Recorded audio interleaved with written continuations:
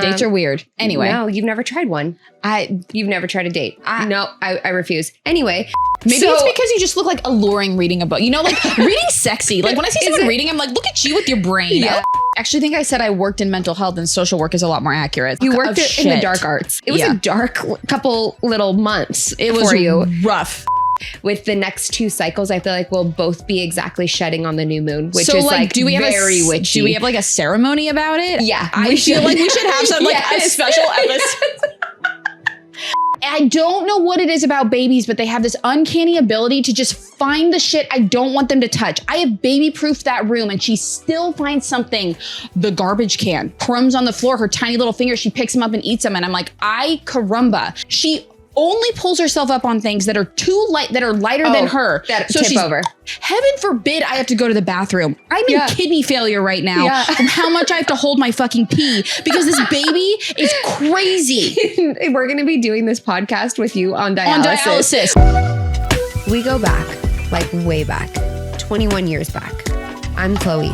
And I'm Kelly. And we have been friends long enough to know that that kind of connection is rare.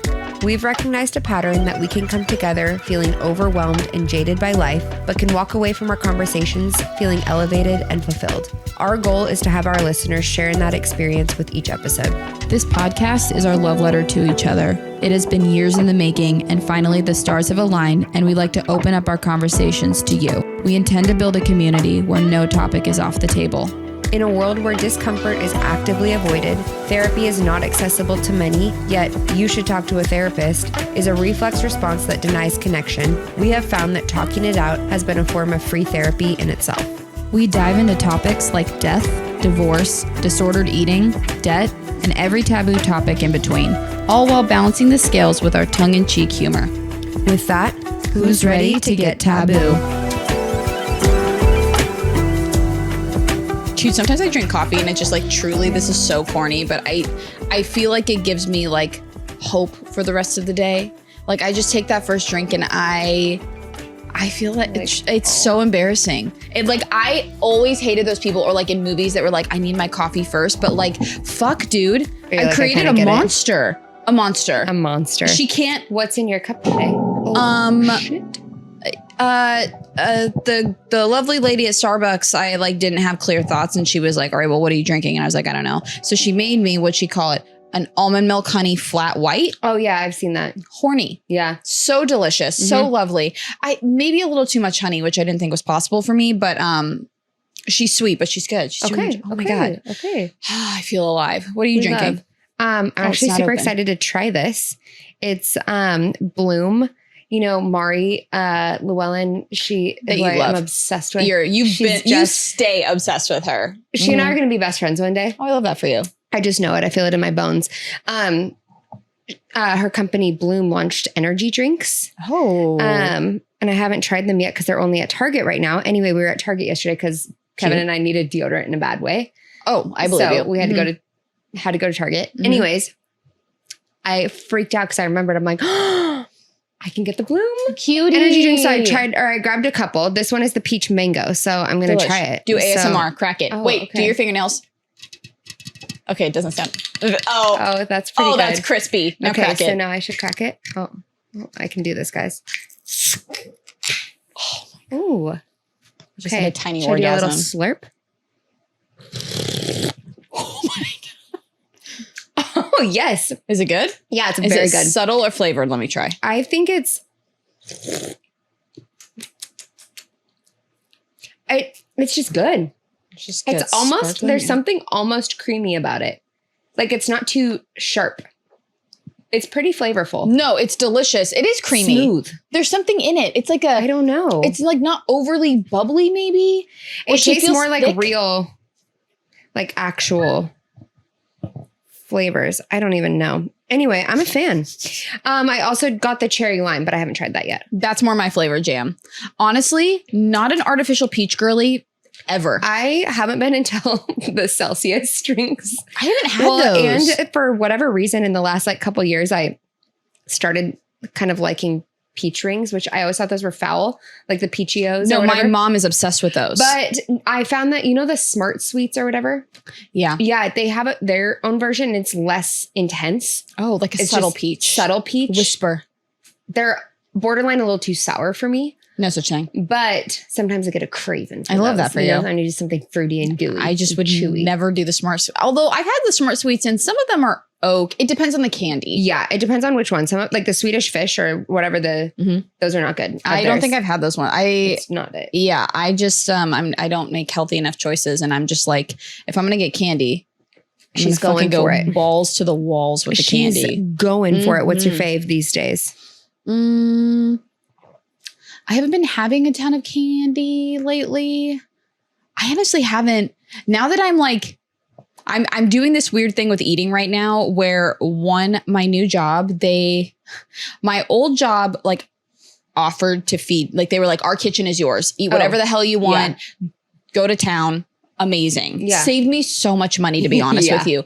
Now I'm having to be a bit strategic. Okay. Because and this is no shade to them, but like my new job is like, like bring your lunch or like bring your own food, 30-year-old. That's valid. That's fair. So I was spoiled. So I haven't started doing that yet. It's the first week and it like kicked my ass. And I was like, I'm so tired when I get home that I'm like, I can't be bothered to make a lunch or get up early. Absolutely not. So I haven't really been eating a lot. I've just been like going to the store, getting ingredients to make like one meal that will last me all week. Yeah. And that is what I eat is the dinner. So I haven't had time to snack. I haven't had time to get my candy treats. I have been going to the movies a lot lately though. And I've been eating Milk Duds, which is, I love them. That's like a go-to for me. But like, I'm not usually a chocolate I usually go with more of the sour candy. I don't know what's going on with me. Yeah, maybe it's maturing. Duds are hitting. Oh my, they're just so I fucking had a couple good. of yours last weekend and I hadn't had those in a while. Dude, they're fucking amazing. I like to like try to find a way. I used to like put like a couple pieces, like bigger pieces of salt on the top of them and just. I had a dream last night that we had this tray of desserts and it was like, it kept changing between dates with chocolate inside which is the best snack ever. Do not knock it till you try it because Kevin had the same response and now he's obsessed with dates. So Kevin and I are different people. Dates are weird. Anyway. No, you've never tried one. You've never tried a date. No, I refuse. Anyway, so in the dream, it was dates with the chocolate square in the middle, but then it was sometimes changing to an Oreo. Either way, Oreo. I had sprinkled some salt on it and everyone got so mad at me that I oversalted it and ruined dessert.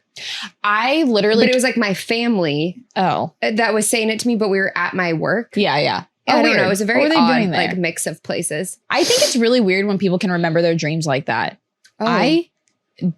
No. Oh. The only time I remember dreams is if they're really, really, really, really terrible, horrible nightmares. And I was reading about astrology things recently, and I think it's like your just Venus. Something. There's some placement in Scorpio that I have that like they typically have really, really awful nightmares, terrifying dreams, and not in like a I never wake up scared, but that's the only time I remember my dreams. I can't just like when it's like terror and like I don't know how to describe a dream to someone. Like I have the dream and then I wake up and it's out of my head. My mom can like in detail tell you every dream she's had. Like she'll wake up the next morning and it's like so much detail where I'm like, what are you? Yes, I can relate to Steph on that. Like I can wake up and I was in another place and I can tell you everything about it. It's so vivid and so real. And some of them, like last week, I was having really vivid dreams. And it was like every single day I was like waking up and having to like reintegrate to this reality because I was so in it.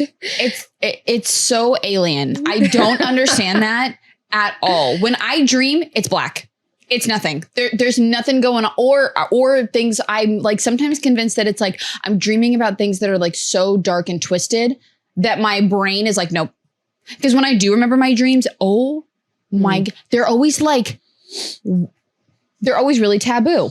Oh, they're always like what? I see people doing it that shouldn't be doing it, or someone killed someone, or like someone's into someone and it's like a big no-no. Like weird, dude. Weird. Or I'm falling. Oh, I hate those dreams. Dude, I have them weekly. What does that mean? I don't know, but I have the ones where I'm like trying to scream because someone is attacking me, or I'm going to be abducted, or there's like a group of dangerous people that are circling in on me. Yeah. And all of a sudden I'm like, I have no out and I'm trying to yell or scream for help and no sound is coming out and I'm moving in slow motion. Homie. And I can't like fight. And, or I have the ones too, where it's like and this, I wonder if it's borderline sleep paralysis, but like in the dream, I'm so tired and can't open my eyes. I felt that way before, I'm driving and the brakes don't work. Yes. I think there's a lot of control issues happening. Obviously. Yeah. It's like, I can't keep my eyes opened, or it's just, there's a lot of where I feel so out of control in my environment. Mine shows up as my teeth falling out.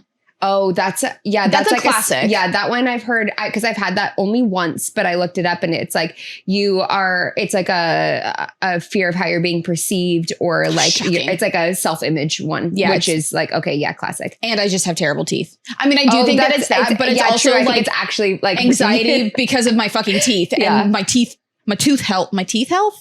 Yeah, but like think about when you had that like chip on the front one, like how damaging that was for your self-image. I have the tiniest little chip where it's like a slight curve where it's like, it's literally, I don't think anyone notices it but me, but I've always had, I mean, this is kind of a brag, but I've always had really like perfect teeth. And so to have this one little imperfection is fucking me up. Yeah, it fucks you up, dude. It is just, I think it's like, of all of my insecurities, like my teeth are my biggest one. And like, to have that chip fixed, it's so corny. But I came home that day, this just happened a few months ago, but I came home that day fucking crying, like looking in the mirror, just sobbing. And it's not even perfect. And like one day I'm going to actually get it like really well professionally done. This is like a temporary Band-Aid, but it's like working. It changed my fucking life. Yeah. Like there is something about like having your biggest insecurity, like what everyone has, like a dumb physical one, having that thing fixed. Yes. Fuck, dude. It was like a weight lifted. Oh my God. Yeah. So amazing. I still though, like, no, like I don't like to take pictures because of it. I don't really know. Like I kind of lost like my ability to smile. Like I used to be such a picture taker, and I'm not kidding, because of that chipped tooth, complete anxiety around it. Complete, like, I feel that. I'll be like, yeah, like let's take a picture. But then I do everything in my power to make sure that people forget, so I don't have to take a fucking picture, because I'm just like, this guy. Fuck this guy. Fuck that little tooth. And it's funny because like even when you were complaining about it, it's like never something that I saw. Oh my God. That's what everyone says. That makes me feel, I appreciate it so much, but that makes me feel fucking crazy. Cause like it's all I could do to not be like, oh my God, they're looking at my fucking literally tooth. I cried my entire therapy session yesterday because of like poor self-image things. Oh like, God. so I can totally relate. Yeah. It's so fucking annoying too, because it comes in waves. Yeah. Like, I don't know why. Like, and it's so frustrating, right? Because we're on a fucking podcast, right? Like, I want to look as good as humanly possible because we're on the internet. Yeah. But it's always on these days where the body is embodying, the skin isn't skinning. Yeah. I had such a good hair day yesterday. Flawless. Yeah. It looked so good for no reason. I did nothing yesterday. Sat in my friend's house. I didn't do anything. And I looked so much better than I woke up today and I was like, oh my fucking God. Of course. Here we go. It's just always on recording days. I don't know what it is about Saturdays, but they just fuck me up. Ugh, Jesus. No, I hear you. Yeah. But it's like, for me, when I'm like, I find it really hard to like get dressed, to like feel good in my clothes, to any of those things.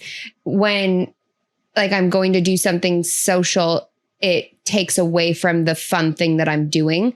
Literally, like yes. I was talking in therapy yesterday. I'm like, everything that I find exciting, fun, and like joyful is consumed by my like negative internal self-talk and how I don't feel good where like in myself, you know? Yeah. And so it takes away from the thing that I find to be the most fun or the most enjoyable. Well, and then, do you get as existential as other people sitting on this couch, where then it's like, oh my God, my self-image, my negative self-image is taking away moments of my life. Yes. Like memories, opportunities for me to make memories, to enjoy this place that I'm in. Yeah. I've worked so hard to be here and I don't even get to enjoy it because I'm sitting here thinking chipped tooth, all the things going through my head all the time. And it's like, it's taking now it's getting so out of hand that it's actually like consuming me. Yeah. Right. No, I think for me, I was in a much worse place with it last year, but it still is very like it doesn't just daunting. go away. Mm-hmm. And I was comparing it to, I was like, honestly, how I feel in my body now feels like how I felt when I had really debilitating acne. Where it's like, it's, you just hope that no one's looking at it, but it's all you're thinking about. Right. And it's just like, you don't want, like, for me, we've talked about this where it's like, I don't want to, like I didn't want to start a new job or meet new people because I didn't want them to know me how I look now. Mm-hmm. And because I didn't want them to like have this be the impression, the first impression, because I don't feel like myself. Right. So it's like, I don't feel like me. I don't want you to meet me like this because this doesn't feel like an accurate or honest representation of who I am. So like, I've always had this thought of like, and I don't know, this is not PC at all, but like when you meet someone who's overweight and you know them as being overweight and then they lose the weight, it's hard to unsee them as the overweight person. Oh, okay. Versus when you meet someone who's fit and then maybe they put on weight later, it's like you kind of more know them or remember them or think of them as like a fit person and you don't necessarily notice the weight gain as much because you're like, oh, it's, I don't know. It just is like. You could say that about like non-physical things too. Yes. Though, no, I'm like, sure. No, but like, it's like in my mind, that's like, this is like the issue that I'm struggling with right now. Yes, so it's like, I didn't want, like, it makes you not want to meet, for me, it makes me not want to meet people when I'm in a place where I feel like I'm like in a body that I don't recognize or resonate with because I don't want them to know me as this person. Right. Because even if I do get to a place that feels like myself where I feel like better about my body and like how I look, that it's a representation of who I am internally, then you're still going to think of me or remember me or know me as someone else that doesn't feel like me. I mean, that's when we talked about body image. That's what I said is like, it's a mind fuck to have your internal self and external self not be aligned. Yeah. Right. Like it just completely. And I think that you and I both like hearing someone else say exactly what I'm going through is it's like, I'm just hearing like control freaks. Yes. Control freaks. No, literally, because I'm trying to control how other people see me. Right. And that's the thing is like every time I've talked about this, like whether it be with therapy or like with really like good friends, honestly, I feel like you've even said this to me before, but it's different obviously when you're talking to someone else. But like what people think of us is none of our fucking business. Yeah, exactly. And who the fuck cares, right? It's easier said than it's done. So nice to, it's like refreshing, like a refreshing reminder to be right. Like just, it's all good. Yeah. Like they're going to think whatever they want to think anyway. And like, and honestly, the thing is that like the Delulu part is no one else is probably seeing what I'm seeing. Correct. I'm just thinking that. Yeah, correct. Because I think so terribly of myself in that way sometimes. Yeah. And I recognize it's like, it's when God, I keep hitting this fucking mic. No, literally. Sorry, everyone, for your poor little ears. It's when I am starting my cycle. Is when those intrusive thoughts start. Because in other parts of my cycle, I feel like when I'm like, coming off of my period, when I'm in like the follicular phase going into ovulation, like I feel really good about myself. Like I feel confident. I feel like I'm making progress.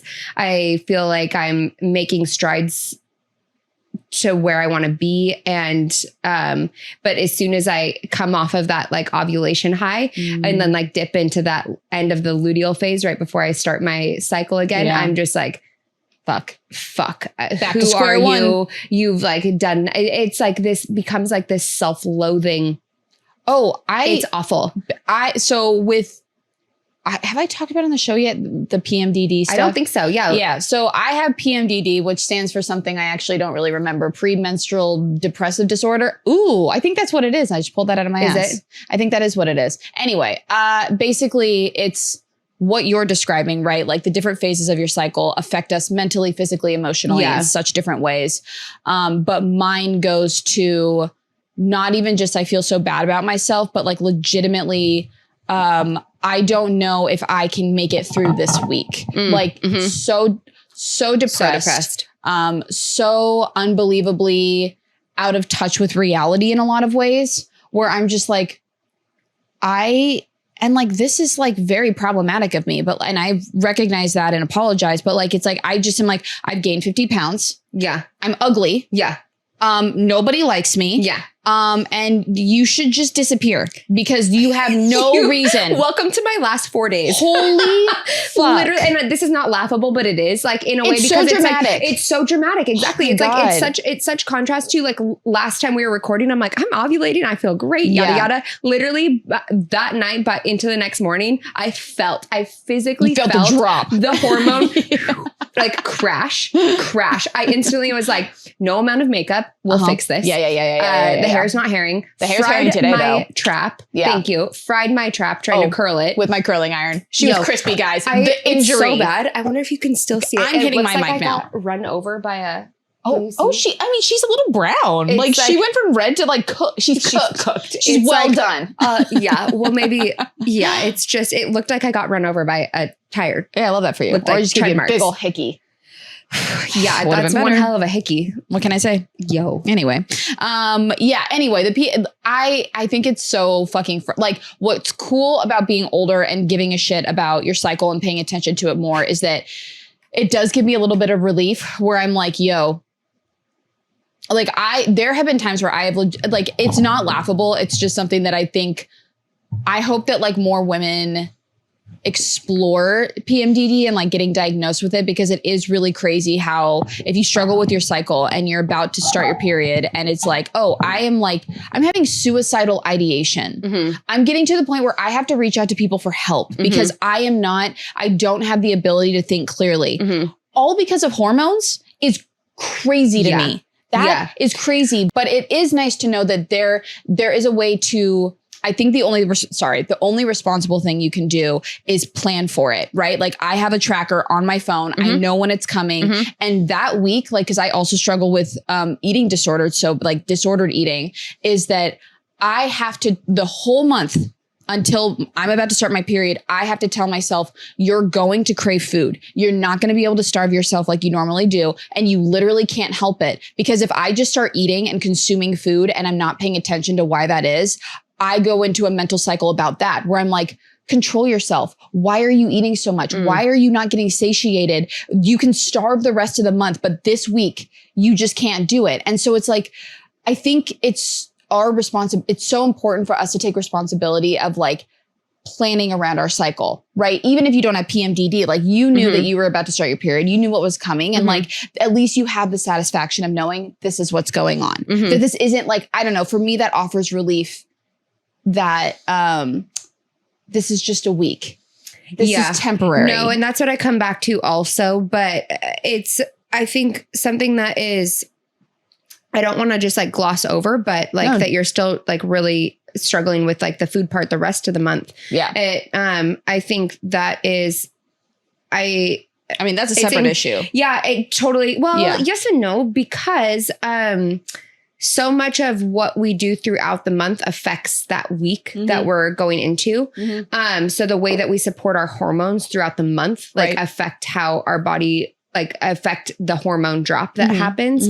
So like, I know for me, like when I'm, nourishing my body through ovulation and I'm like moving consistently throughout the month, it drastically improves or worsens. I mean, depending on which way I'm going, but like if I'm nourishing my body during ovulation and like we're like moving my body consistently and getting consistent sleep, like my period is like much more manageable. Like I've seen like just in doing my own experiment on myself, like I can, like that first day, I almost don't have any cramps at all. I don't feel like I am so bogged down by those PMS type of symptoms or that like severe mood swing. It's not like a whole week leading up to it. It's maybe like just like a day or two where I'm just like not feeling quite as sparkly,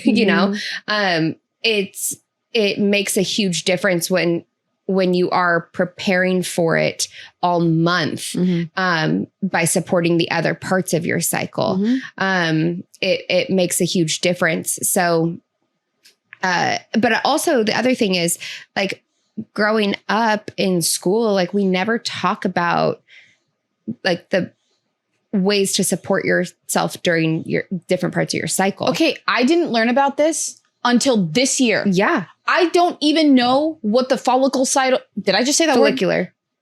I didn't know that was a thing until it wasn't this year, it was last year. Yeah. But it was the PMDD stuff where like, I was like, holy fuck. Yeah. There are different phases. I am the way that I am. Like, it's crazy how much it affects a woman. Yeah. And like our mental health and our physical health. And I just, in school, it was just like, all right, put a pad in and you're done. You know what I'm saying? Yeah. Like, it was just like very bare bones. Like, here's what it is and the fucking egg shedding and all that stuff. We maybe had one health class where we talked about it, but it's like, it's never integrated. It's never brought into the vernacular or as part of a like, this is how to support yourself on a weekly and monthly and then to that extent a daily basis. Like now I have in my calendar, like in my Google Calendar where I have everything else, I also have my cycle, and in each I have, you know, my each phase, and within that I can click into the note and I have it already just like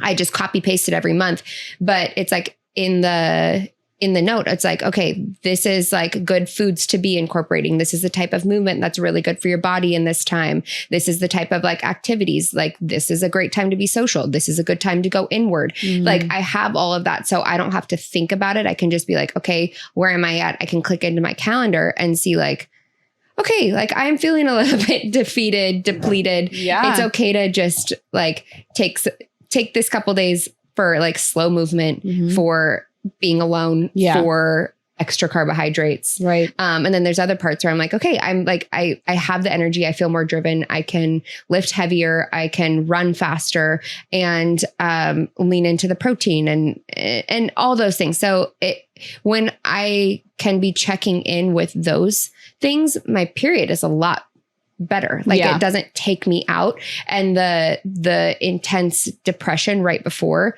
is severely lessened.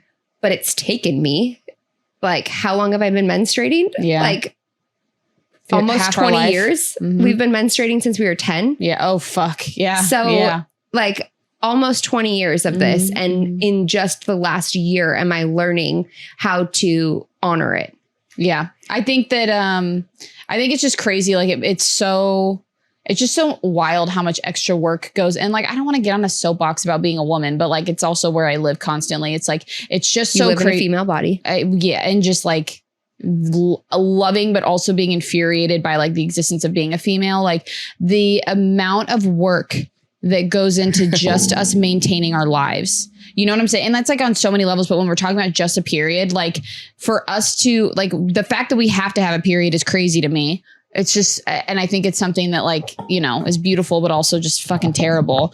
But like that much work, we have to think about our bodies, like, or like our cycles and planning ahead for our cycles constantly 24/7. And you could say that that's just maintaining your health, and like guys have to do that too. No, but it's a lot. It's not a lot. Like with how busy our world is and how demanding just societal expectations are, you aren't really supported in that way. There's not an easy way to integrate it without having to do a ton of extra work just to feel better about like just to feel better, like not even about yourself, but it's just like to feel like you're aligned, like you're not working against yourself and like you're not fighting your body. Well, and I wish I didn't feel like I had to like explain myself so much. Like I wish like the thing around like period stuff is like, I just want to be heard.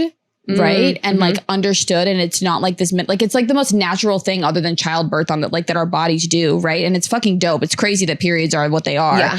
Like I'm utterly fascinated by them. Yeah. But it's just like Scorpio stellium things. Truly. Yo, it's kind of metal that once a month our bodies are just like bleed now. Like pretty metal. And the fact that like that we've been doing this so regularly where we were completely in opposite cycles to the point where we're within 5 days of each other now. We're syncing up, which I'm so excited because both of us are like right on each side of the new moon. So I feel like with the next 2 cycles, I feel like we'll both be exactly shedding on the new moon, which is like do we have very witchy. Do we have like a ceremony about it? Yeah. I feel like we should have some like a special episode. Like we just have like a little like party coven. Oh my God, we just show up here and we have witch hats on talking. And it's like no light, just candles. Oh, dude, that's kind of hot. And we just do like a fucking seance. No explanation. They'll just know that we're bleeding together. Yeah, just we'll hold hands and just and literally, or just like stare at the camera. Yo, Intensely. Now you're feeding into like my horror stuff and I need you to calm down because I'm and literally we're creeping getting horny. into your season. Oh so. my God, you have no idea how excited I am. No, it's ridiculous. I'm like trying to figure out like in this new like era of being single.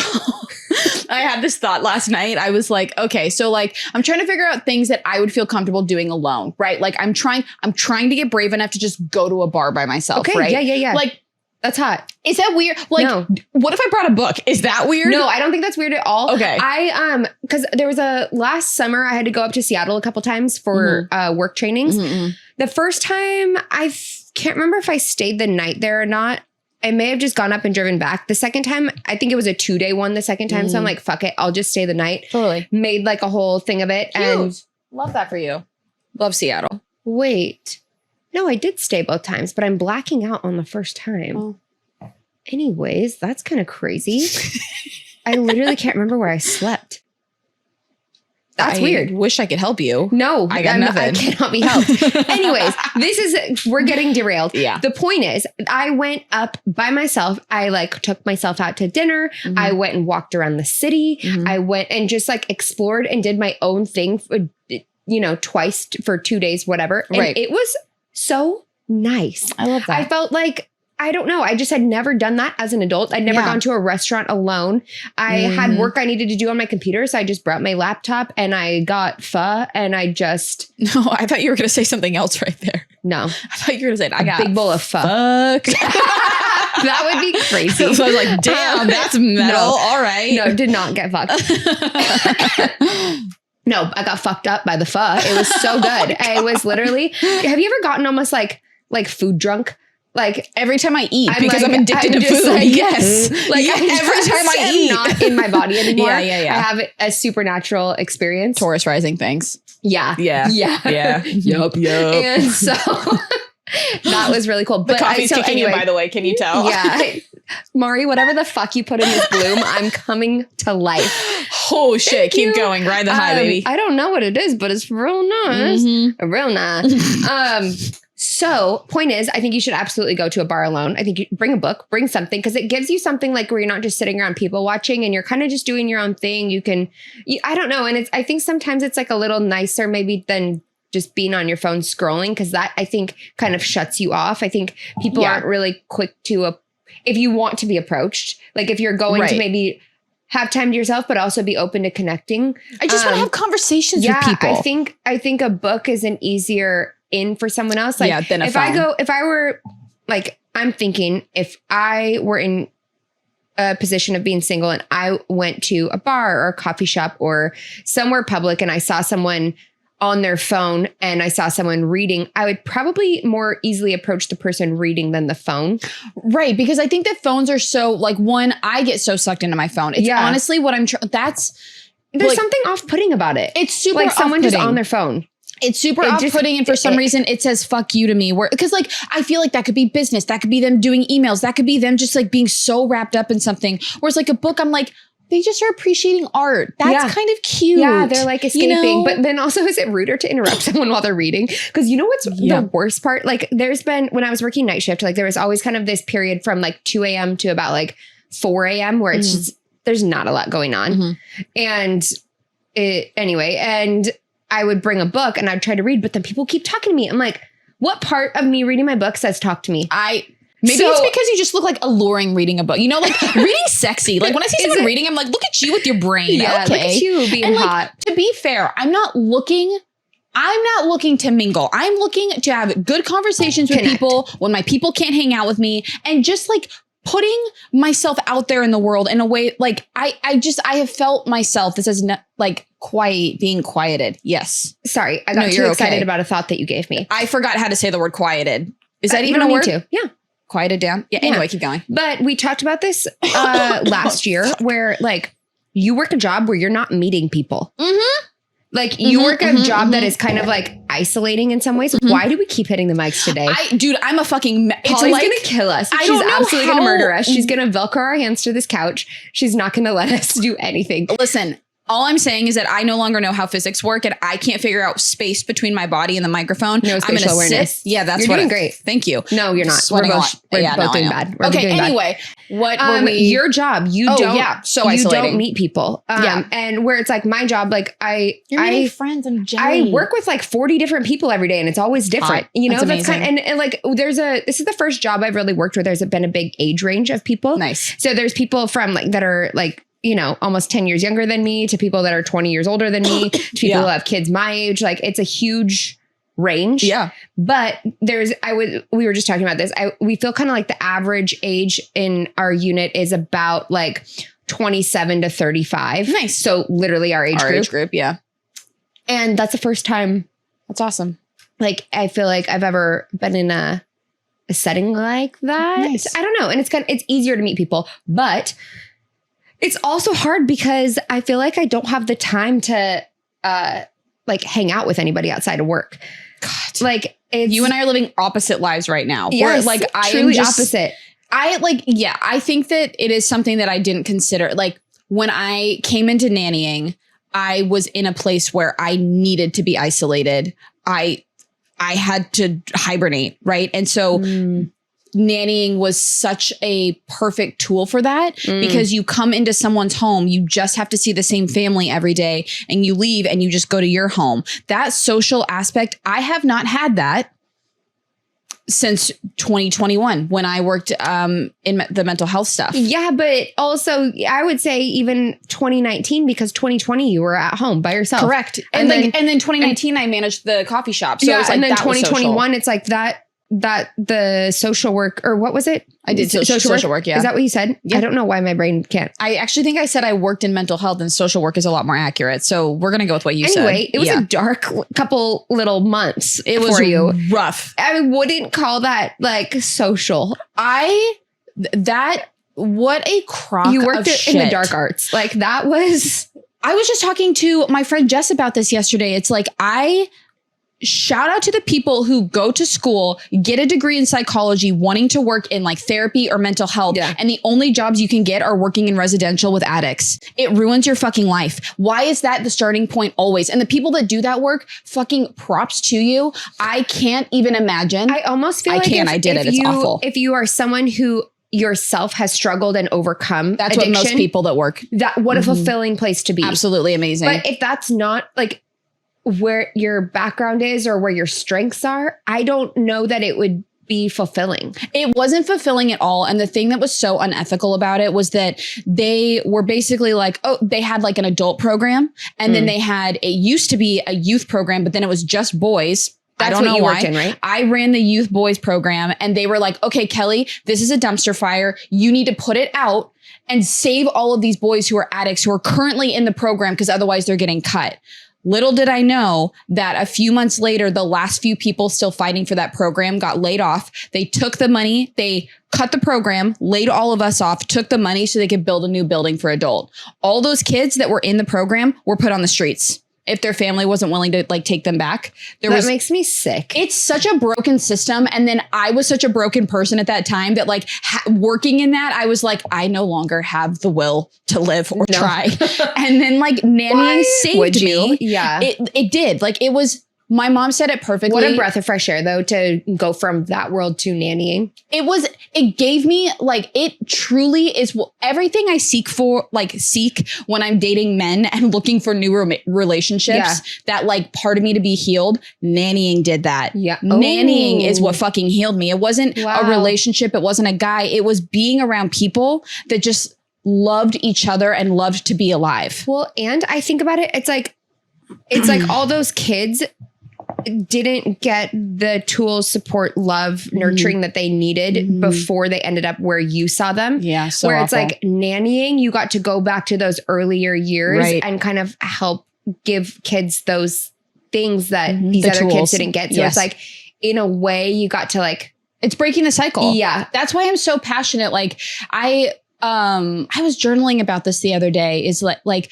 I have this weird insecurity. I think I've told you about this, obviously, but I have this weird insecurity about saying I'm a nanny.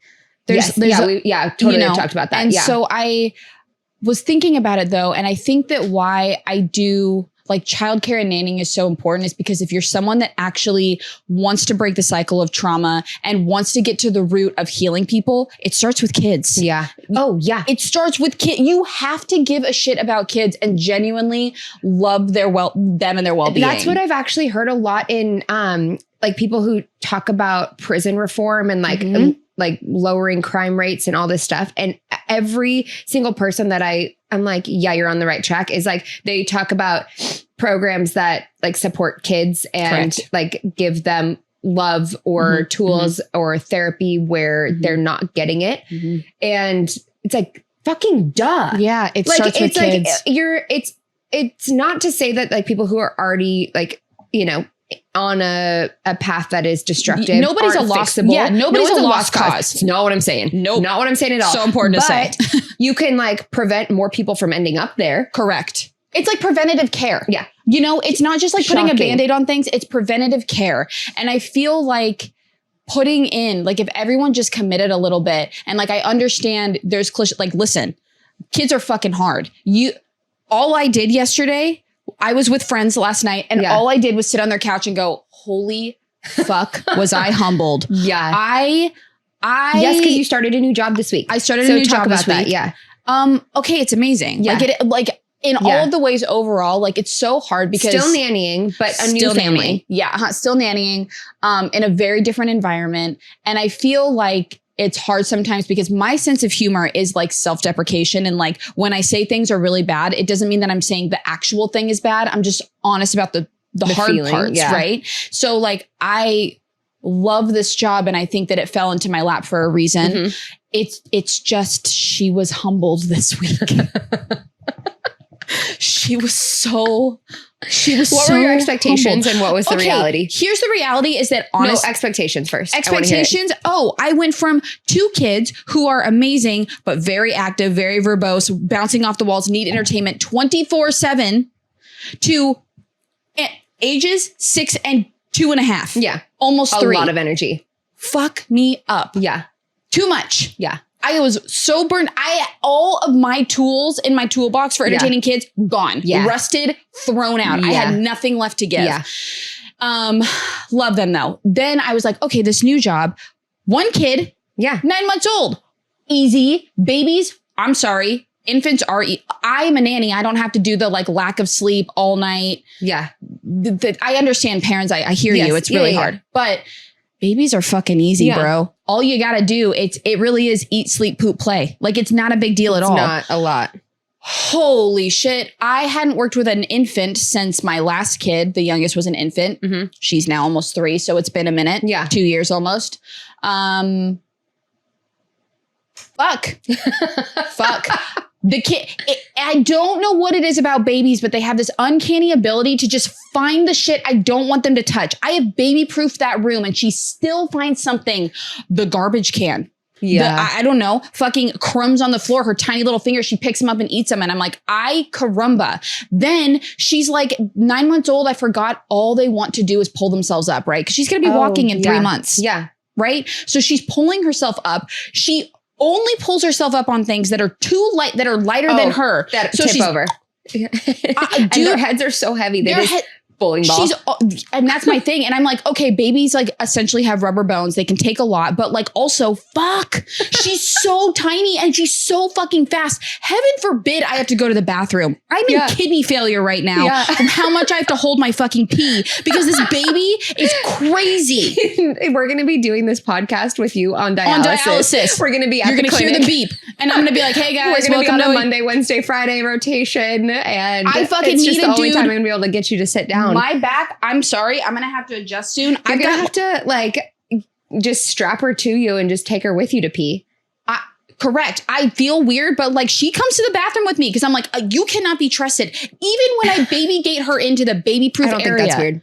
They don't know it's weird yet. They don't know it's weird yet. Yeah. And like, whatever. Like, I'm going to have to potty train her. So like, we're going to be in the bathroom together anyway. Yeah. She's potty training early. I'm going to make sure that happens. Holy fuck. We're going to start now. Here's the other thing. She's like such a chill kid, right? Like she just likes to sit and like, I mean, minus getting into everything. And she's fascinated by freaking electrical outlets. Thank God they're taped, but like still, but like she's pretty chill, right? She's not too crazy. She loves, they have a boxer named Charles. That's cute. I'm aware. Charles, not Charlie. Charles. That's like, it's giving George the English bulldog. You know, just like this old English name for this like little smushy face. I freaking so smushy. His lips just like flop. Oh my God. He's so cute. And the baby like is obsessed with Charles. Does she play with his lips? She plays with his lips. She fucking tugs on that dog's ears and he just takes it. He'll just when you were saying she freaking and started talking about tugging on the ears, I thought you were going to say penis. No, puts finger in the butthole. No, she was close the other day, but there's no way.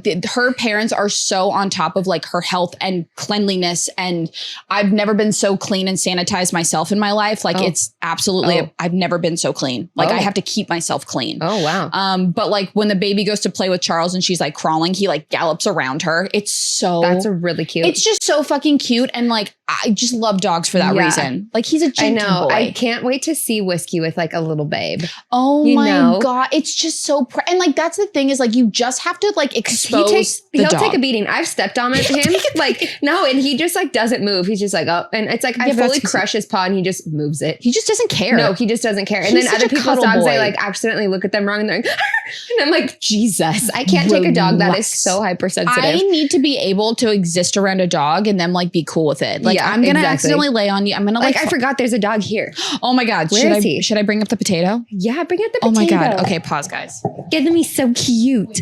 Where's the little baby? So Bully's not here. Bully's in AC. Lucky dog. Oh my God, did I lose the dog? Hold on. Is he in the bathroom? No. Hold on. Is he under the couch? If he's under the couch, I'm going to freak out. Jess, we know where your dog is. He's under the couch. I'm cracking up, dude. Stro. Give me, baby. You got to show yourself. You're going to be famous today. Oh God, he's so big. He must be having a transit to his midheaven. Oh, he's a little bit nervy to come out. Oh, he loves a cave. Oh, hi, baby. Oh, he's so cute. Sorry we're bothering you. This is Stro. This is Stro. Stro, say hi. Good talk. Okay, anyway, this is my friend Jess's dog. We're dog sitting him, and he looks like a fox. A really cute face. But does he kind of look like I could have birthed him? Yeah, like, absolutely. It's like the hair color. Now I see what you're talking about last weekend when you said you have animalistic features. Right, I look like an animal. You look like Astro. Oh, well. He's like, is it the eyes that are like too big for their head? Potentially. Yeah, and like the hair color? Yeah, the Blake Lively hair texture. Okay, anyway, he's just going to sit right there. Are you using Blake Brown products? Oh my Are you kidding me? So he was meant to be here, Jess. Your dog is now our mascot. Oh my God. This is what's going to make us go viral. He's coming for recordings. Yeah, now. He really is. We can't record without you. I need to know what his birthday is. You? How do you feel about it? He'll accept it. Oh, yeah. Well, now I'm distracted. He's just, oh my God, he is so fucking cute. Anyway, that was the adventure of the day. I don't think I've ever gotten up while we're recording. So that was exciting. I feel like I just went on a field trip. You pee like every time we're recording, dude. Yeah, I actually didn't do it last episode. I'm kind of thrown off by kidney failure. You're not making urine anymore. Anyway, yeah. So babies are crazy. That's all I have to say about that. It's just, okay, here's my luck. I want to know in the sky why it had to happen this way. And then I'll stop with my tangent about work. I love my new job. I'm very blessed to have it. I work in a fucking gorgeous mansion. It's a mansion in Southwest Portland, like on the top of a hill next to a cell tower, built down the side of the hill, all fucking windows. It's just floor to ceiling. The whole house is windows, trees galore, 3 levels. It's gorgeous. Yeah. I mean, every day I'm like the dream. Well, really what I do is I'm so delulu. I'm like, all right, I'm just because, one of the parents is out of the house. She is doing her big time girl job thing. Like she's just awesome. And then the dad works from home, but I never see him. And so I'm like, well, I'm just going to sit here and I'm going to pretend that this is my house and my baby. And this is my life that I built all by myself. Yes. But really it's someone else's house. That's called manifesting.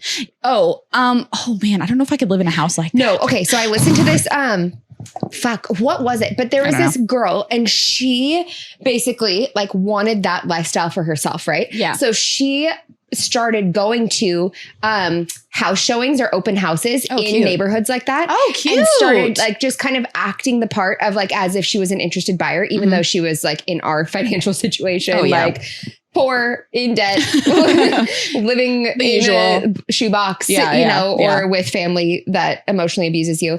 And she started going to these places like and would get dressed and like be genuinely interested. And she said at first, like she totally felt like a fraud. Yeah. But like also no one knows your situation. Nobody knows. Yeah. So she started going and over the years, it started to feel very normal to her. Yeah. And she started going to like, if she was going to work at a coffee shop, she would go to a really expensive hotel lobby and work there. And so she was constantly surrounding herself by basically all this wealth and people that were in that space. And so by proxy started kind of like absorbing or like asking questions, having conversations with people and like picking up tools. Eventually she got to a point like with all this like new knowledge where she was actually in a place to be able to afford and participate in that lifestyle. But so much of it, because I truly do believe in like the energy of manifestation. I think so much of it was her like getting comfortable being in that place and like feeling like she actually belongs there. Totally. To then like actually be able to start taking steps to get to that. Well, and think about it logically, like if you're putting yourself in those environments, at the very least, you're exposing yourself to people that are in the environment that you want to be in and you can make connections. Yes, exactly. You know? Exactly. And then like I heard this other podcast clip yesterday on my feed and she was saying that I don't know how she was like in these rooms with people she said like with people who have a lot more zeros behind their name. And I'm like, oh, that's a cool line of point. Yeah. But she said she went on a walk with this guy who was kind of like a mentor for her. And he was saying, he asked her like, how much money do you make a year? And she's like, I don't know, like around this. He's like, you don't know the exact amount? She's like, no. And he's like, well, how much money do you make in a month? She's like between this and this. He's like, you don't know the exact amount? He's like, well, how much money do you spend on this? And she's like I think around this. He's like, you don't know the exact amount? He's like, you need to be in your money every single day. He's like, money is like a cunning mistress. If you don't give her attention, she will leave you. Wow. And he said, I guarantee you, if you are looking at your money every single day and you're tracking it, this time next year, you'll be richer than you are today. And she was like, you really think so? And he's like, absolutely. And she said that was like the shift that she needed to like get. To do it. Yeah, exactly. Yeah. But also to our point that we were talking about before, she was surrounding herself with people who were far wealthier. And she said this person was worth like 100 million, and which is like insane. I can't even conceptualize. I can't fathom what that kind of wealth feels like.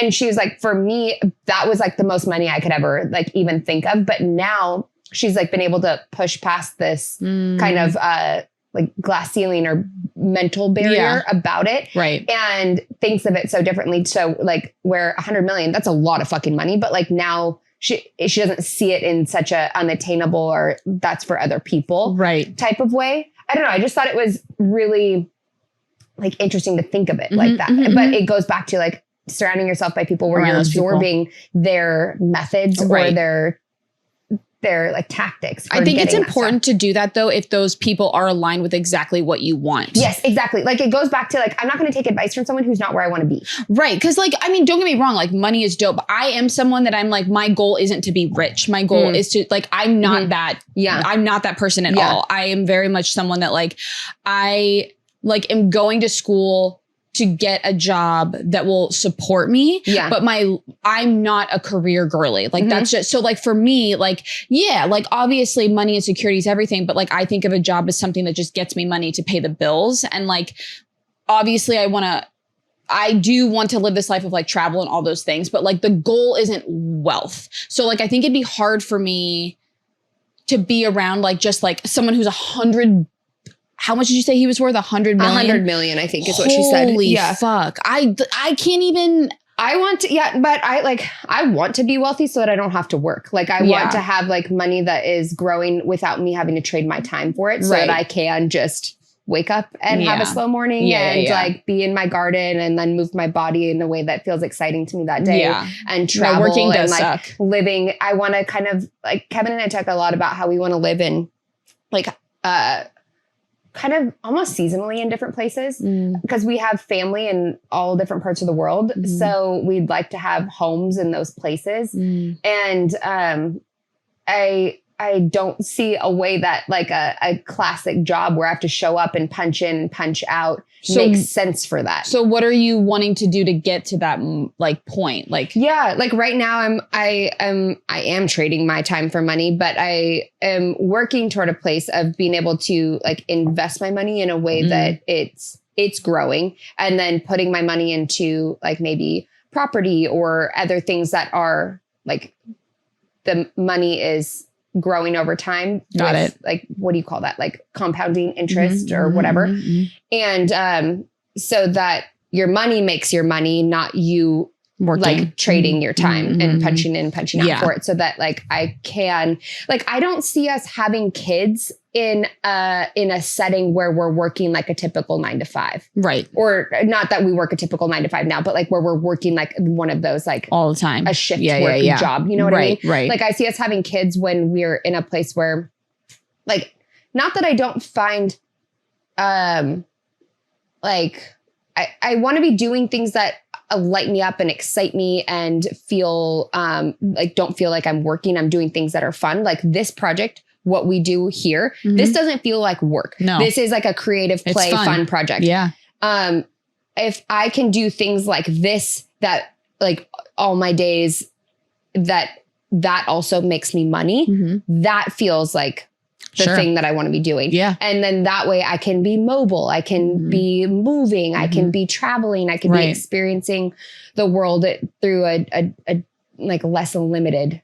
Yeah. I think that I don't want to be I don't want to be like, I feel like I'm like, I owe myself to someone else or a bigger institution, you know? Sure. Well, I mean, yeah, I think everyone kind of feels that way. And I do think that money, unfortunately, does equal freedom. Like if you want to have freedom, you have to have money. And it's just, oh my God, it's just so complicated though, because that comes with like a lot of like privilege and access to things that I think is really like, I think that when you live impoverished, I'm not saying it's not possible to see the bigger picture and that like there is a way out of it. It's just like, there are so many things fighting against people that live in poverty, right? Or the people that are really broke. So it's hard for me to envision it because I've never, I guess, been around it. And I guess like, I get worried about money because I think people hit a certain level of wealth and they lose touch with reality. Like, I think that they need to touch some fucking grass. Story that I think I think it's blocking you because you see it as like,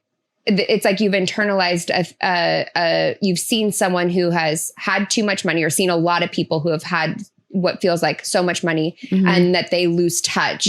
So subconsciously, you don't want to be that. Never. So it makes you reject having a lot of money or reject having wealth, but also the things that you do want, like traveling and freedom and time and not, working your life away, withering away for other people, it's keeping you in that place. Yeah. Because like you see having money as this other problematic thing. Do you know what I mean? Yeah, I do. I just think that like there's like, I think it's hard. Like I'm not completely against, like I do think there's something to be said about like, yeah, I hate fucking working. Nobody wants to work. But I do think that like working is like how you meet people, how you make connections. I don't think all parts of working are bad. I just don't want to slave my life away. That is like, I'm not interested in doing that at all. Yeah. But my goal, I guess it just sounds a lot more comforting to me of like being able to support myself or live comfortably. But not like wealth. My goal isn't to be rich. It's just like, but I don't know what that looks like. Like, I don't know. That's so different for everyone that I'm like, well, yeah, I do want to travel. That requires a lot of money. Yeah. And what is a lot of money? What makes you rich? I don't really know. But like, I guess I just haven't really, I think money gives me so much anxiety that like, I try not to think about it too hard, Yeah. Yeah. But it just, I wonder if there's like kind of like a fear piece to it. No, I mean, a fear of money? Yeah. No, I think I'm like, I don't feel scared of it. It's just, I'm more scared of what it can do to someone. Yeah. Yeah, I guess. that's what I mean. But I don't want to be a wealthy person. Like, because I do think that money does change people. Like I'm sure there's wealthy people out there that are super grounded and super great. I just unfortunately haven't interacted with them yet. You know, like I feel like, there's I feel like there's just like a little bit of a block. Sure, maybe. But, dude, the other day when I was driving over here, there was, like union protests going on. Oh, at Fred Meyer, yes. Right? And people were honking, but I didn't realize there was like what was going on. Yeah. Like I didn't see it. I just, all of a sudden, all these people were honking and it gave me such anxiety. And then I look over and then there's like all these people and I think it was just like a workers union, but tell me why it makes me so emo.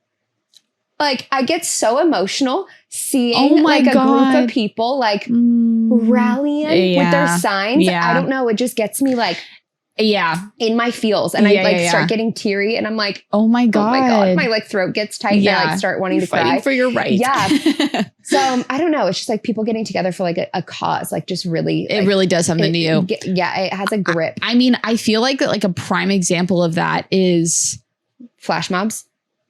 Oh, that's not the route I was going to go. For me, when I see a video of a flash mob, I also get To be honest with you, I'm not really sure what a flash mob is. Like when everybody shows up like at Times Square and everyone starts doing the same dance. Oh, that's weird. What? Yeah, it makes me cry. No. Oh, anyway. Why would that make you cry? I don't know. Cause it's like everybody, there's so many people and they're all there doing like this, like really like cute thing. Oh my and it just makes me emo.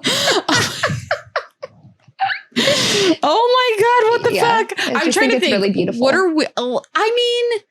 I'm trying to think what are things, you know what? Oh, you know what makes me really emo? I had an emo moment so hard and it made me feel so old. So, not last night, the night before, my sister Emma and I, she's 15, we obviously love Taylor and we both do really like Gracie Abrams. Like I like her music. Oh yeah. I saw you guys went to her concert. Yeah. We went My little sisters love Gracie. She's very Gen Z. She's very like that. It's like, that's their person. I can't hear what she's saying.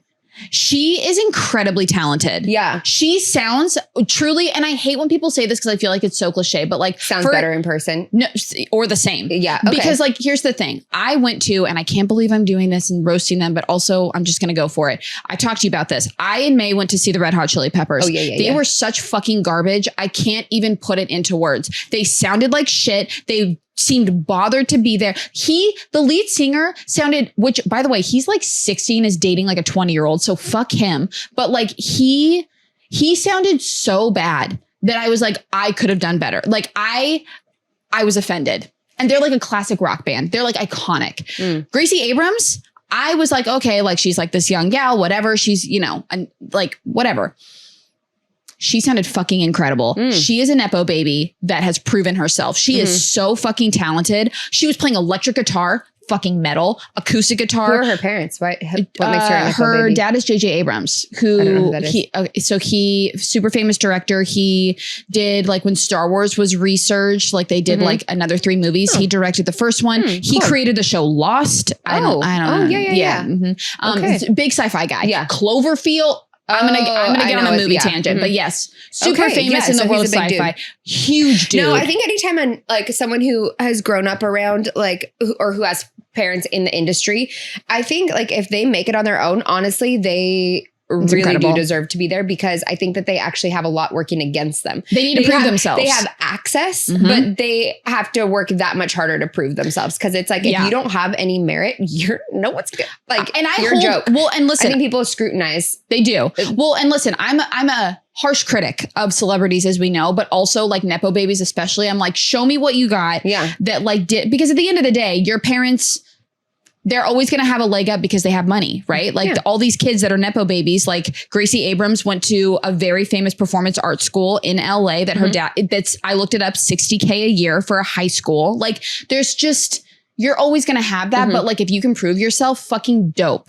And this girl went on stage and she sounded incredible. That's so cool. I mean, oh my, but I'm a surface level fan. I know like her hits, what the fuck ever. Yeah.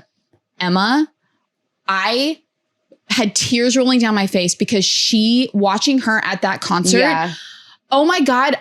I could cry right now. Yeah. She was so fucking cute. Aww. It was like watching that feeling when you're a teenager and you first start going to concerts and it just rocks your fucking world because it's so amazing. Yeah. Like the first time you go to a concert and like you are hit with that wave of emotion that you didn't know existed. I cry at every concert, by the way. Every concert. Like every concert. Every concert. It's just like, now I'm used to it. But the first few times I was going, it was so shocking. I'm like, what is this feeling? And you just feel like everything's going to be okay again because if you're like a music person, like all it takes to heal anything with me is listening to music. Yes. And so like watching like them coming out on stage. Why is it so tears? Emma was screaming. She was like passionately singing. She was so into it. And I was just watching her and I was like, this is like a core memory for me is watching her watch Gracie Abrams. Like I didn't even care about the concert. It was like I just think teenagers are so amazing. Like, listen, they're rough. Don't get me wrong. They're emotional. They're the Lulu. They're all the things. But like, there's something so magical about being We've all been there. What? Oh, we've all been there. Well, yes, I'm still there. But like I think there's something so magical about having a sister who's so much younger than me because I'm young enough that I remember all of those feelings and getting to watch someone experience those big feelings and moments for the first time is so like, that's why I think being a parent would be so amazing, right? Like I'm watching my sister, like she also is like blissed out on a boy right now where she's like falling to the floor at pictures of him. She literally was on my bathroom floor because she saw a picture of him. And like, it's just like, if you give did her and her ex-boyfriend break up or her boyfriend. Oh yeah. Oh, I didn't know about that. Oh, okay. Big breakup in February. Oof. On the Super Bowl. Oof. Yeah. Tea. But, I don't know. It's just like, I sometimes have like this weird existential crisis about like why I wish I could enjoy my own life and my own moments the way that I enjoy watching the people I love have those moments. Word. You know, like nothing makes me happier than seeing my sisters experience something or, you know, watching my mom laugh with her partner or I don't know, like my two best friends are like building a life together. And I'm like just this person like sitting there. Ooh, this is getting dark. I don't mean for it to be, but like sitting there watching them have these moments and like being so fulfilled. And I'm like, okay, but now why can't I do that for myself? Right. Which like is depressing. And I hear that, but like, I want to get to a place where I like myself enough to where like, I just have those moments instead of sitting back and watching everyone else around me make these moves, have these experiences.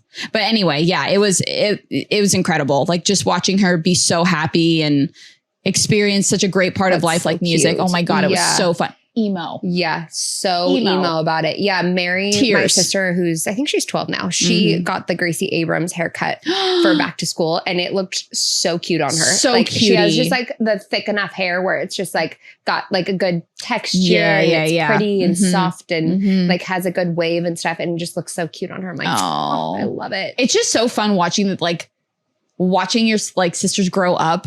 Dude, like it's so crazy. Like I hadn't seen my little sisters in a couple years because they live in Nebraska. Yeah. And it was like so wild to like be around them in person. I'm like, you guys are so funny. I know. Like, and normally I feel like kids I've been around at that age, they kind of annoy the fuck out of me to be so honest. They're just kind of annoying. Like they haven't figured themselves out yet. They like make stupid jokes, like whatever. But like I was so entertained by them. I mean, they were a little unhinged, but it like 10 out of 10 experience. Like it was so fun. And like seeing their dynamic and how funny they are, just like their humor and they could hang. Yeah. So it was really fun. What is it about younger sisters? Like they're also fucking funny.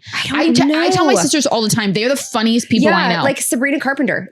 She's so the little funny. sister. And she is hilarious. The little sister is always so funny. They don't have a lot of shit to like really worry about. Like I don't know. Like we were the ones who had to worry about everything else. Totally. Yeah. I feel like my humor is dark because Well, there was a lot of shit. You know what I'm saying? Exactly. And then it's like, it's just so interesting with birth order. Like my humor is really like dark and sarcastic and self-deprecating. And then I feel like Kathleen is like a little light that walks into the room. And did I say white or light? Light that walks into the room. Yeah. Okay. Yeah. And then Emma is like call out humor. Like she just says things. What did she? Didn't we figure out she's a Sag rising? Correct. Yes. Yeah, so Yes. Correct. I think she's fucking hilarious. Yeah. I truly, nobody makes me laugh like my sisters. Yeah. And it's so fun. Like I don't know. Like I'm just so thankful that I have the relationship I have with my sisters where like as time goes on, like don't get me wrong. We all get irritated with each other sometimes, but there's such like little bicker moments, but like it's just like that bond gets so deep and it just gets richer, and like having like more mature relationships with my sisters is such a, it's not something I was expecting to like so much at this phase of my life. And I love it. Yeah. I'm so excited because Bella and I are going to Colorado next week. Already next week. I'm so excited. Wild. We've never done a girls trip, just the two of us. Fun. And I'm so excited for it. Like, are you meeting her in Colorado? Yeah. So she's flying from Nebraska and I'm flying from here, and we're going to like the Casey concert in, it's in Green something. Like it's not in Denver. Oh, nice. I don't know. Yeah. Anyway. But I'm just so excited for it. Like fun. It's fun. The older we're getting, I think the more we're able to connect. Yeah. And because it's similar with you and Kathleen, because we have the same age gap between us, about 7-8 years between the two of us.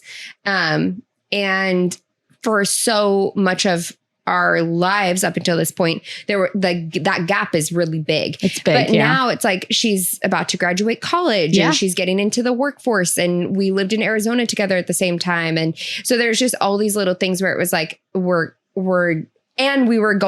she was in college for the first time. I was going back to school. So we were both in college at the same time, which was a really cute moment. Aww, yeah.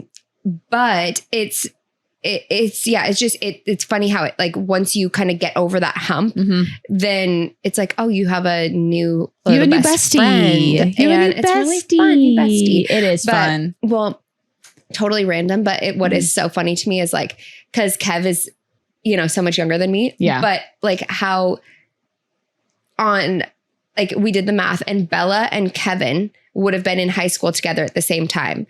But me and Kevin were not in high school together. I was a senior when he was in 8th grade.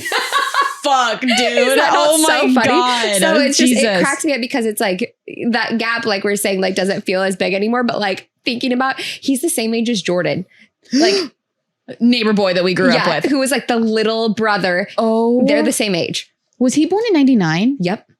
He was born in 99. It's crazy though. I do the same thing, but like I always attract older people. Like I always want to be around people older. I think you're the only person in my life that I hang out with that's our age. Oh, funny. I did that for a long time. Like when I worked at the coffee shop, all the girls were much older than me. Like, and I don't know. And just, I feel like I don't seek it out. Or middle school, high school, like I was friends with all the kids that were like a year, 2, 3 years ahead of me. That's who I hung out with more. Yeah. I never dropped it. And I don't do it on purpose. It's just, there's something about people that are like forever, no matter what age I'm in, that are like 3-4 years older.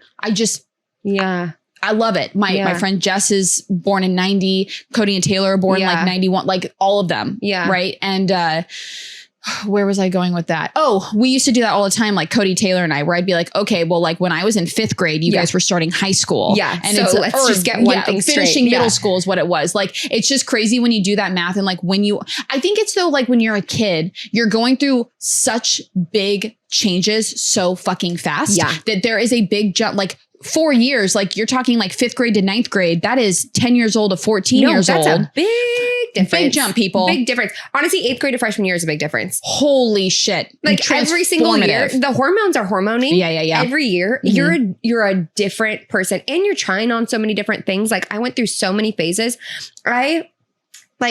Our tomboy phase, dude. Oh that was crazy. It's just so cringy. I know.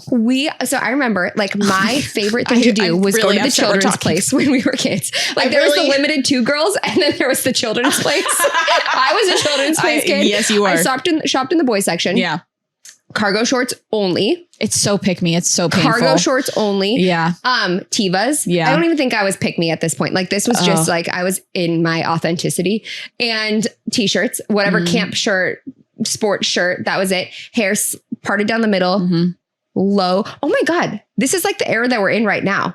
Yeah, it was Y2K. Yeah. Yeah, but like, I didn't remember, like, it wasn't cool then. It's cool now. Correct. Cool girl now has like the low slick back middle part ponytail. Mm-hmm. Well, it's a bun now. It's a little more chic. Yeah. It's not like the. Yeah. But that was my uniform. And then it started getting weird where I did the chop.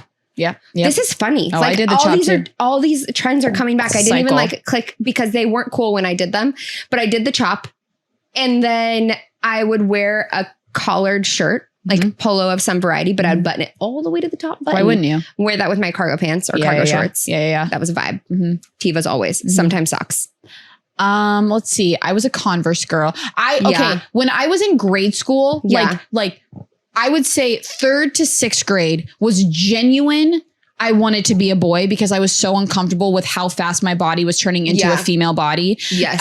I started hitting puberty when I was 7, 8. Yeah. So like, I was so uncomfortable with it. And I genuinely like, I was so close with my father figure at the time. And like, I just fell in love with sports. He's a Boston man. It was a part of our family's culture. And I fucking went in on it. So during those time periods, tomboy, right? Like I wore a Red Sox hat, a baseball hat every single day. Yes. One summer, I remember specifically, like I would go and visit my dad and my stepmom would force me to take it off because she was like, you're not a little boy.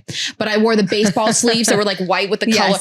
Yeah. I wore baggy jeans and then Converse. I was a Converse. I have Converse and Vans my whole life. That hasn't changed. It's like the Cinderella story aesthetic. No, that is literally what it is. Yes. But then as I got like, and I've just like shifted so much. And my friend Jess said it perfectly. Like, I think that there is a time and place when you're a certain age that it is like a pick me thing. I think that I just have always been someone that like, I like to blur the lines between like feminine and masculine and how I dress. Like I love putting both of them together, but like my tomboy phase, it was genuine and then it wasn't. And like it's not that I wanted to be like, I don't even remember really when it was. I just felt like there was an era of my life and I can't put my finger on it. It's going to hit me when we're like talking. I know it. But where like, it started to feel phony. Yeah. Or like I leaned into it a little hard. Like I kind of got attention for a minute because I was genuinely like, I knew a lot about sports. I know I can fucking talk baseball and football like no other. And like could at a very young age. And like the music I like I genuinely liked like punk rock music and like all and like hip hop and rap and all this shit. And then I started getting attention for it. Like I started getting like, oh, you like these things? And if it was from a boy, girl, then I leaned into it. Then I was like, oh, this thing that actually makes me likable and kind of unique and different. Now I'm going to take it. And now I'm fucking running it into the ground. I feel like it's kind of marketed as like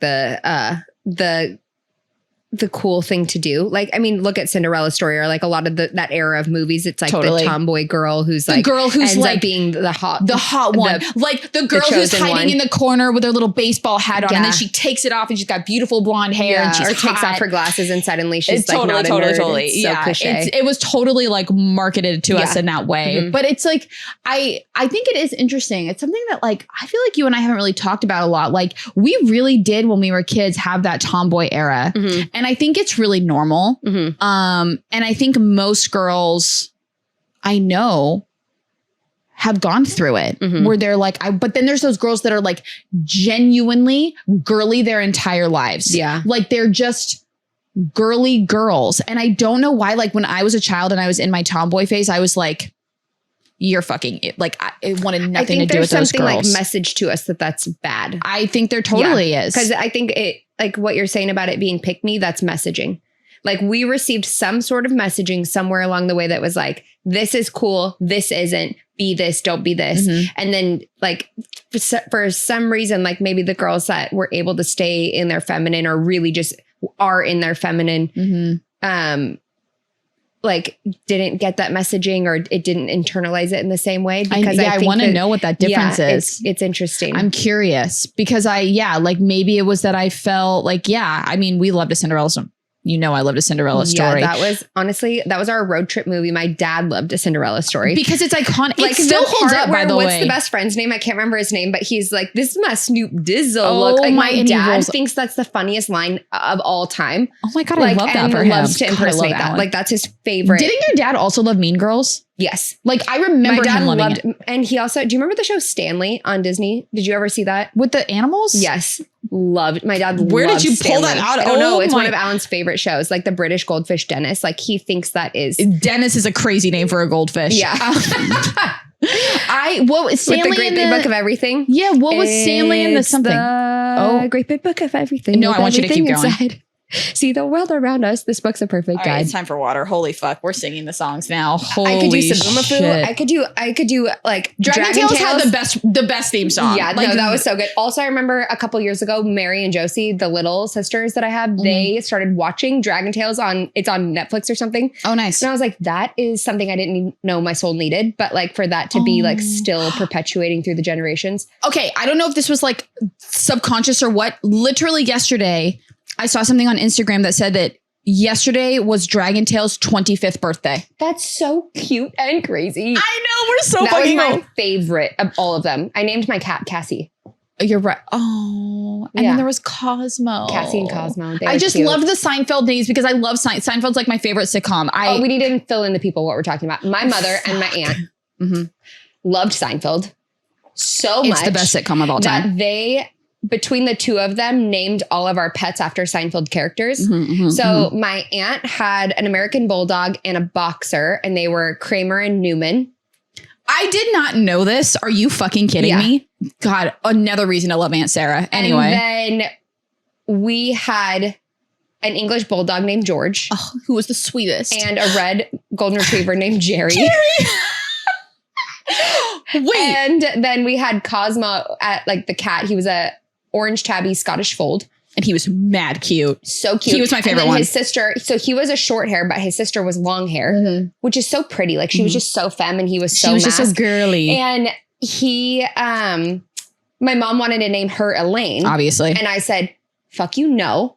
I was like 8 and I was like, absolutely not. Her name's Cassie, which was so cute. So my mom's but like, okay, Elaine- she can be Cassie Elaine. So we had Cassie and Cosmo. Wait, can we, since this is a hodgepodge episode, have we talked about on the podcast yet your pets? Kelly. Okay, here we go. You're a cunt for this. Okay, guys. I'm getting sweaty. I am too. And then we can wrap it up if you want. But I just feel like I feel like the world deserves to know this. Chloe was a freak growing up, right? She's obsessed with animals, which we love. I'm a witch, okay? And But also, like, maybe we need to also put some blame on Allison, your mother, because she said yes to the pets. yeah. Chloe, at one point, I remember I would go to her house every day, and especially in the summer, but like after school too. And there was like, I don't think Kevin knows about this. Kevin, watch yourself. She's nuts.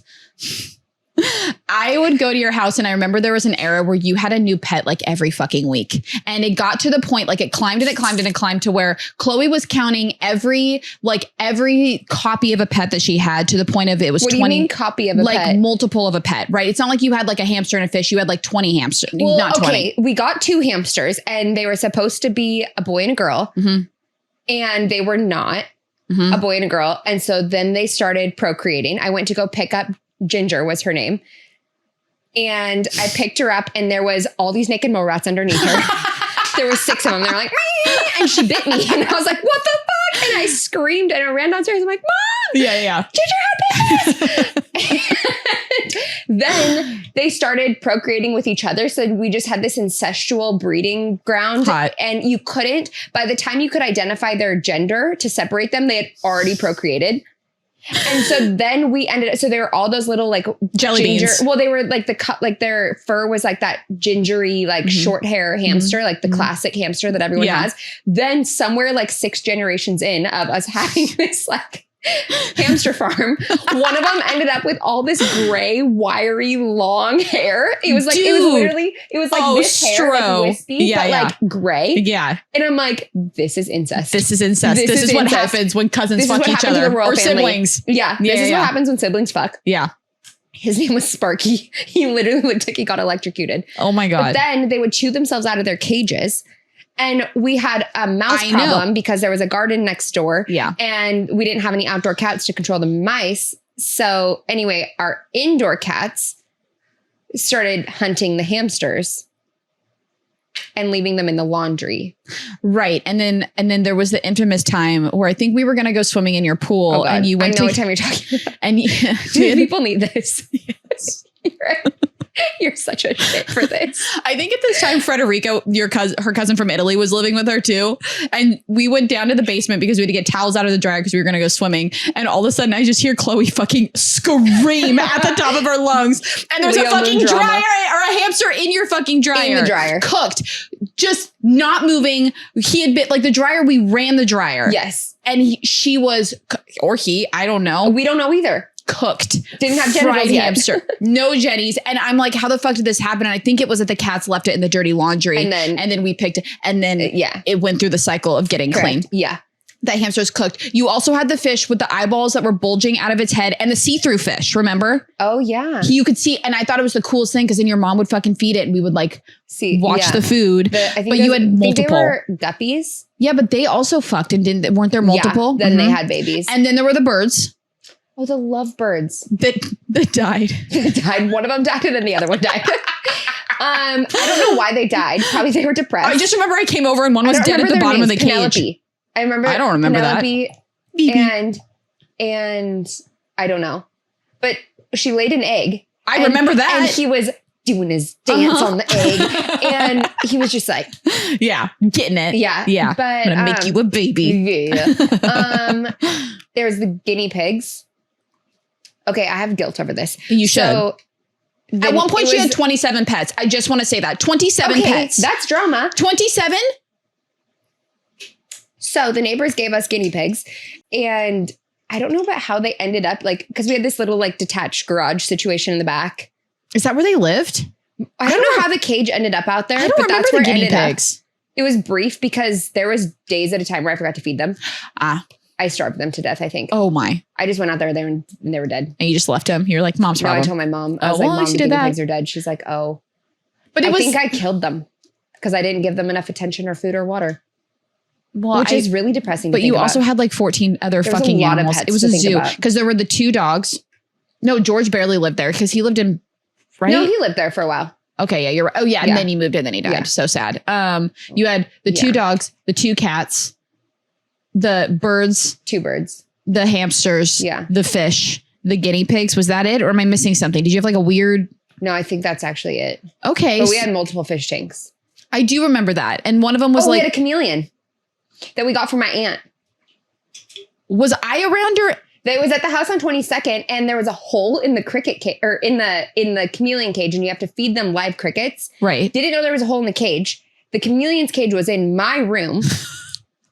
And one night I was having this dream that I was twirling a piece of, I remember it. It was about 2-inch long purple yarn. And I was twirling it between my fingers in my dream. Okay. I wake up, I'm twirling a cricket between my fingers.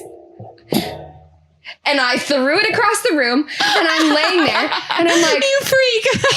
Okay. Ew. Everything's fine. And I could feel something on my leg and I'm like, no, you're making this up. And I'm like, no, there's something on my leg. I flip my covers back. There's a cricket in my sheets. Kick it out of the bed. And I'm like, okay, everything's fine. That's just crazy coincidence. Nope. And then this is the era of the mosquito net above the bed. Iconic. Also had one. So that was that era. Let's bring that back. And I look up. I know I'm kind of down actually. Let's do it. I look up. There was a spider that crawled on my pillow last night out of the corner of my eye. Ew. What? Yeah. And I freaked out. Anyway, so I look up this. There's a spot on the mosquito net, and I'm like, that's not a cricket. And I'm like, no, it's a cricket. And I'm like, no, it's not. Yes, it is. No, it's not. Yes. And I finally just turned on the lamp, and it was a cricket. I just grabbed my fucking pillow, shook it everywhere to make sure there wasn't. Oh my God, the mosquito net actually wasn't decor. It was used properly. Yeah. Mm-hmm. And I slept on the couch until the chameleon died.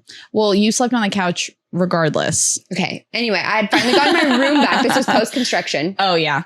Finally got my room back. I then went back to the couch. I kind of really loved pre-construction era of that house. That was chaos. So my mosquito net era ended when I had just moved from 22nd. We moved into our house that the girl's dad still lives in now. Yeah. And I obviously kept the mosquito net alive and well. we had just gotten our dog, our golden retriever Fenway, and she slept in my room because I picked her out. She was my dog. Yeah. Fenway had a bit of a bellyache and I didn't know it. And so in the middle of the night, she was whimpering a lot. And I was like, what the fuck, Fenway? Like she needed to go out. She was just old enough to where she could sleep with me and my mom didn't have to take her out all the fucking time in the middle of the night. But she wouldn't stop whimpering and I was getting fucking pissed. I was in sixth grade when this happened. So I'm like, okay, I'm getting up and I'm making mom deal with her because this is too much. And my room is dark. And I'm like, what the fuck is on the floor here? I thought it was a sock. I went to pick it up. It was a pile of fucking diarrhea dog shit. And I don't do well. I am not enough of an animal person to be like, oh, gross, poor Fenway. I was like, what the fuck is this? And I took my hand covered in dog shit and I went, fuck this. The dog shit flung. This is the middle of the night. I'm asleep. The dog shit flung all over my fucking room, all over the walls. It was like someone was murdered and their blood was dog shit. It was like splattered on everything. My mosquito net covered in fucking dog shit. Covered in it. Then I'm already pissed and I'm freaking out. Take a step backwards, stepped in more dog shit. And I was like, I'm done. I'm fucking done. It's like the scene is it in Parent Trap where there's like honey everywhere?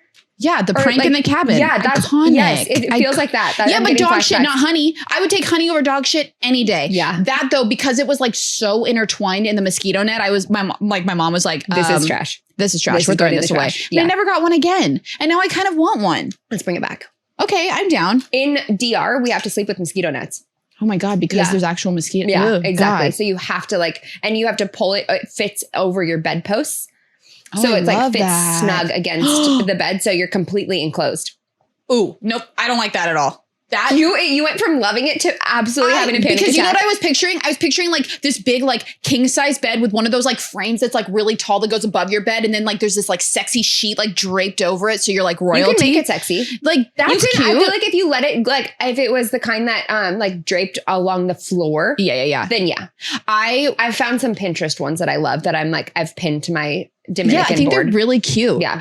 Except for I watch Survivor, as you know, religiously. And I just a month or two ago was watching Survivor Africa.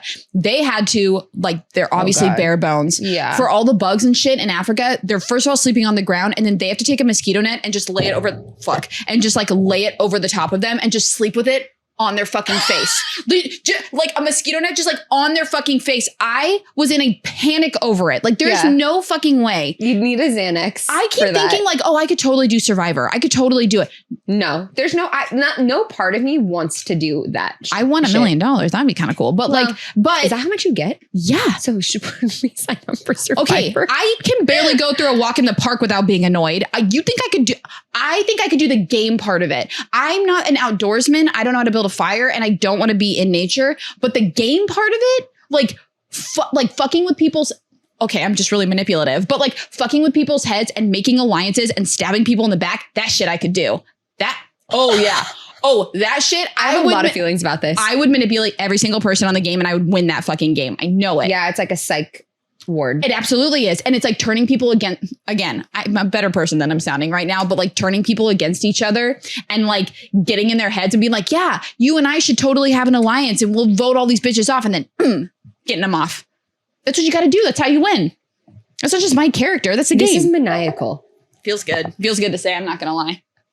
I'm in a good place. I'm killing Should we end on that note? Yeah, totally. I'm fine with that. Anyway, what was this episode? Christ. What is Polly going to call this? We'll find out. We'll have to give her bullet points. Yeah. She the has to surprise us. Title's going to be like word, comma, word, comma, word, comma. Yeah. Like it's going to be so many. The title's going to be, no, I don't even have anything creative. Well, anyway, where can everyone find you? On Instagram is mostly just what I'm at Kelly A. Weld. I spell my name like a freak. Kellie. Well, do you want to tell them what happened to your old account? You got I got hacked by a Russian. And I had pictures that dated back to 2012. That bitch hacked my account, deleted all my shit, but kept my user, Kelly Weld. So I keep getting all these fucking texts from people saying, yo, are you alive? One of my friends, like oldest friends, he texted me and he was like, I legitimately thought you died. And I'm like, you thought I died and you didn't reach out? Well, I would be dead. You can't reach out. But like reach out to someone like my baby. He's like, no, I just thought you were dead. I know, dude. Thought I died and didn't reach out. Yeah, that would be the nature of it. Yeah, so please reach out if you think I'm dead. I'm on Instagram, Kelly, Kellie. KELLIE Weld. I think my TikTok. Yo, you just reminded me of something that I have to tell you off mic. Off mic? Off mic. Why do you just say it on mic? I can't. What is it about? I can't. But what is it about? I can't. Okay. Off mic. I'll tell you guys later. So anyway, and then I don't know, I think TikTok's just Kelly Weld. Or no, I think that is it. It's just my first name and my last name. Word. What about you? I'm on Instagram, Chloe Anna McKell. Yo, one of my closest friends that I've known for 10 years now thought my middle name was McKaylee. That's so embarrassing. I know. I was like, this is a very different energy. Oh my God, that's like so embarrassing. That's like my alter ego. Oh my God. Not me. Anyway, so Chloe Anna McKell on Instagram, TikTok, Threads, Twitter. Maybe you should spell Anna and McKell. Yeah, Chloe, CHLOE, ANAMIKELE. McKaylee. Chloe Anna McKaylee, Lisa check. You can fuck right off.